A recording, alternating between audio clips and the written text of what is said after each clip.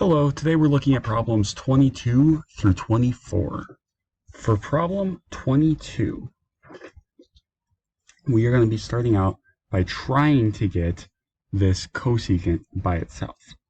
So we'll say 9 cosecant squared x equals 12. Then we're going to divide by 9. So cosecant squared x equals, the 12 divided by 9 can be simplified down to 4 over 3. Then we are going to square root both sides. So we'll have cosecant x equals 2 over the square root of 3. So 2 square root of 3 is going to be in 2 spots. And sorry, I forgot. So it'll be the 2 over root 3 and the negative 2 over root 3.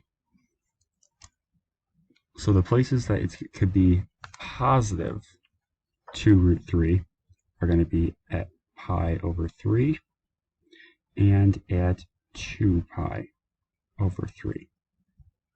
These two are, again, if it's 2 over root 3.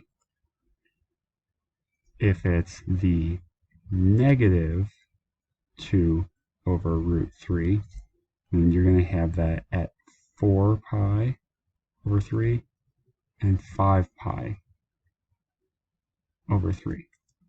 So these are your answers. For problem 23, we are just factoring this. So when we factor it, we'll have 2x minus 1, x plus 2 equals 0.